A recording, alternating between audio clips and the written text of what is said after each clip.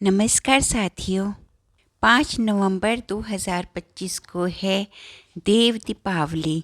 देव दिवाली के दिन गंगा जी में दीपदान का बहुत महत्व है। कार्तिक पूर्णिमा पर सभी भक्तजन गंगा नदी के तट पर जाकर दीपदान करते हैं और पुण्य फल प्राप्त करते हैं। लेकिन हर बारी तीर्थ स्थल पर जाकर दीपदान करना पॉसिबल नहीं हो पाता है। इस बार मैंने भी कार्तिक पूर्णिमा पर घर पर ही गंगा जी का दीपदान किया। कार्तिक पूर्णिमा को देव दिवाली के रूप में मनाया जाता है और देव दिवाली के दिन दीपदान करने का विशेष महत्व होता है। कार्तिक पूर्णिमा पर दीपदान करने से पूरे कार्तिक माह का पुण्य फल प्राप्त होता है। कार्तिक पूर्णिमा पर मैंने घर पर ही बहुत सरल तरीके से गंगा दीपदान किया।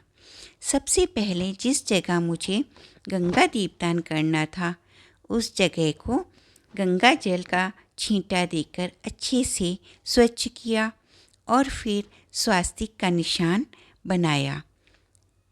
एक साफ परात को लेकर उस स्वास्तिक चिन्ह के ऊपर रखा और सबसे पहले थोड़ा सा गंगा जल उस परात में डाला और उसके बाद स्वच्छ जल से परात को भर दिया। इस तरह गंगा जी का ही स्वरूप हमने घर पर तैयार कर लिया और अब हम करेंगे गंगा जी का पूजन। जिस तरह गंगा जी के तट को सजाया होता है उसी तरह मैंने भी रोली, चंदन और हल्दी से तिलक किया।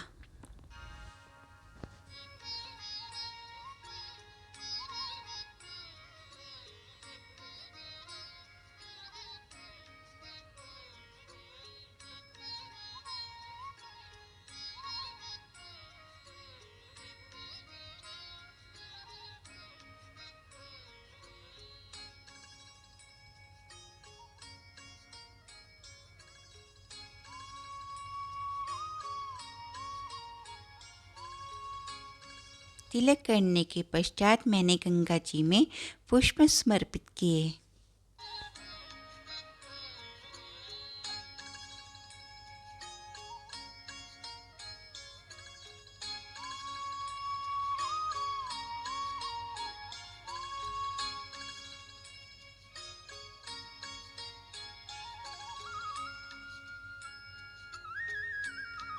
अक्षत समर्पित किए और अब मैंने कुछ पान के पत्ते लिए हैं जिसे मैं गंगा तट पर चारों ओर से सजा दूंगी। गंगा दीपदान करने के लिए हम पान के पत्ते, पीपल के पत्ते, आम के पत्ते इस तरह प्रयोग कर सकते हैं और मैंने चारों ओर पान के पत्तों को सजा दिया है। अब इन पत्तों को रोली और हल्दी का तिलक करने के पश्चात इन पर दीपदान करूंगी।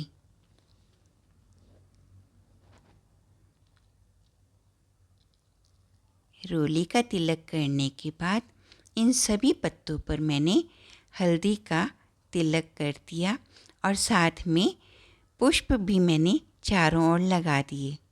ये देखिए कितना सुंदर गंगा तट बना है और घर पर जितनी शांति और स्वच्छता से पूजा की जा सकती है, किसी भी जगह जाकर इतनी शांति से पूजा करना पॉसिबल नहीं है।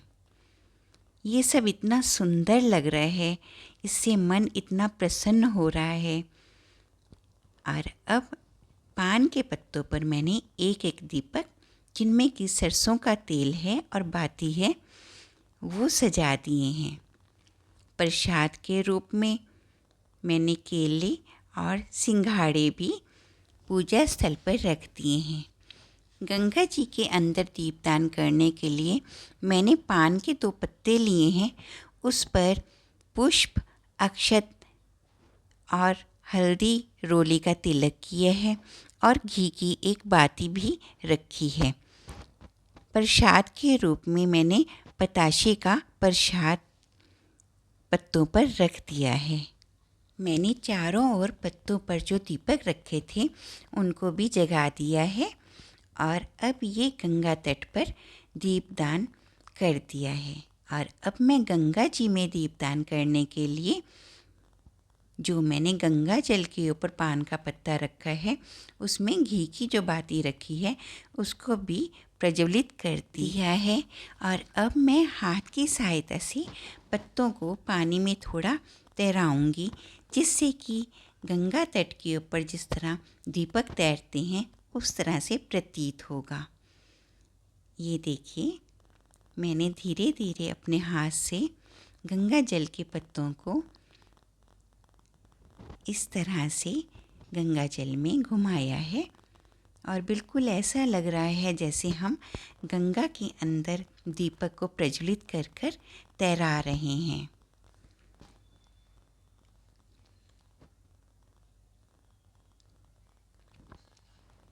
और ये दीपदान कितना खूबसूरत लग रहा है। ऐसा लग रहा है कि गंगा तट है जो कि इतना सुंदर सजा हुआ है, उसमें दीपक तैर रहे हैं और गंगा तट चारों ओर से दीपों से जगमगा रहा है। और सबसे आखिर में मैंने गंगा जी की आरती की और इस तरह से मेरा ये गंगा दीपदान संपूर्ण हुआ। पूजा के उपरांत सभी के लिए मैंने मंगल कामना की और पूजा में हुई गलतियों के लिए मैंने क्षमा याचना की। आप सभी को कार्तिक पूर्णिमा की बहुत बहुत शुभकामनाएं।